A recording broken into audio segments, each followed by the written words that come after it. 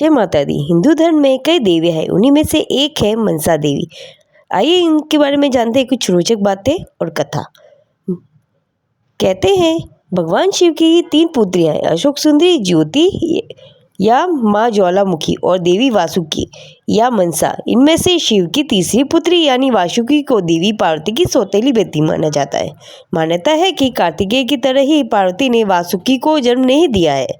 कहते हैं कि मनसा देवी का जन्म तब हुआ जब शिव जी का वीर्य कद्रु, जिन्हें सांपों की मां कहा जाता है, की प्रतिमा को छू गया था, इसलिए इनको शिव की पुत्री कहा जाता है। कहते हैं कि मनसा देवी भगवान शिव की मानस पुत्री है, इसलिए उन्हें मनसा कहते हैं। परंतु कई पुरातन धार्मिक ग्रंथों में इनका जन्म कश्यप के मस्तक से हुआ है, इसलिए मनसा कहा जाता है। कश्यप ऋषि की पत्नी है कद्रु। शिव की पुत्री होने का जिक्र स्पष्ट नहीं है, इसलिए यह मान्य नहीं है। हाँ, शिव से उन्होंने शिक्षा दीक्षा अवश्य ग्रहण की है। कद्रु और कश्यप के पुत्र वासुकी की बहन होने के कारण मनसा देवी को वासुकी भी कहा जाता है। वासुकी शिव जी के गले में नाग है। मनसा देवी सर्प और कमल पर विराजित दिखाया जाता है। कहते हैं कि 7 नाग उनके रक्षण में सदैव विद्यमान है। उनकी गोद में उनका पुत्र आस्तिक विराजमान है। आस्तिक ने ही वासुकी को सर्प यज्ञ से बचाया था।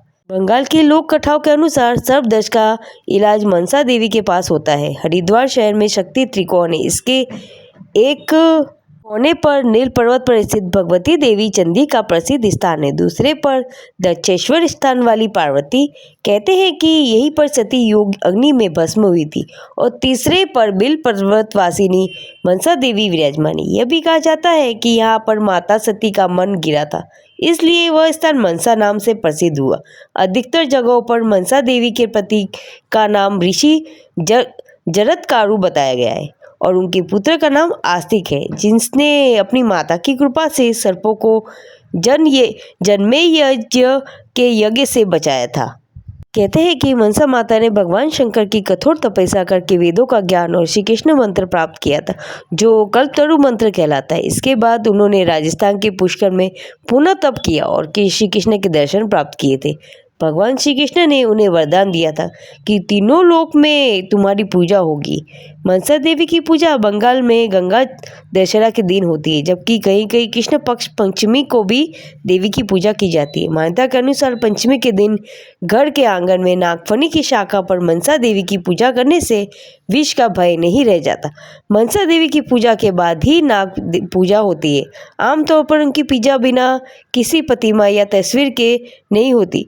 इनकी जगह पर पेड़ की कोई दाल, मिट्टी का घड़ा या फिर मिट्टी का सांप बनाकर पूजा जाता है। चिकन पॉक्स या सांप काटने से बचने के लिए इनकी पूजा होती है। बंगाल के कई मंदिरों में इनका विधिवत पूजन किया जाता है। मनसा देवी को सर्प और कमल पर विराजित दिखाया जाता है। कुछ जगहों पर हंस पर विराजमान भी बताया जाता है। कहते हैं कि 7 नाग उनके रक्षण में सदैव विद्वान है। उनकी गोद में उनका पुत्र आस्तिक विराजमान है। बताया जाता है कि मनसा का एक नाम वासुकी भी है और पिता सौतेली माँ और पति द्वारा उपेक्षित होने की वजह से उनका स्वभाव काफी गुस्सैल माना जाता है। ये भगवती कश्यप जी की मानसी कन्या है तथा मन से उद्दीप्त होती है, इसलिए मनसा देवी के नाम से विख्यात है। आत्मा में रमन करने वाली इस सिद्ध योगिनी वैष्णो देवी ने 3 योगों परम ब्रह्म भगवान श्री कृष्ण की तपस्या की है। गोपीपति परम प्रभु पर परमेश्वर ने इनके वस्त्र और शरीर को जीर्ण देखकर इनका जरत्कारु नाम रख दिया। साथ ही उन कृपानिधि ने कृपा पूर्वक इनकी सभी अभिलाषाएं पूर्ण कर दी।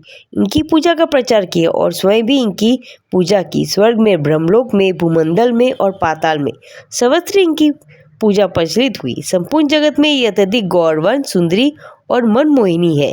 अतएव ये साध्वी देवी जगत गौरी के नाम से विख्यात होकर सम्मान प्राप्त करती है। भगवान शिव से शिक्षा प्राप्त करने के कारण ये देवी शैवी कहलाती है।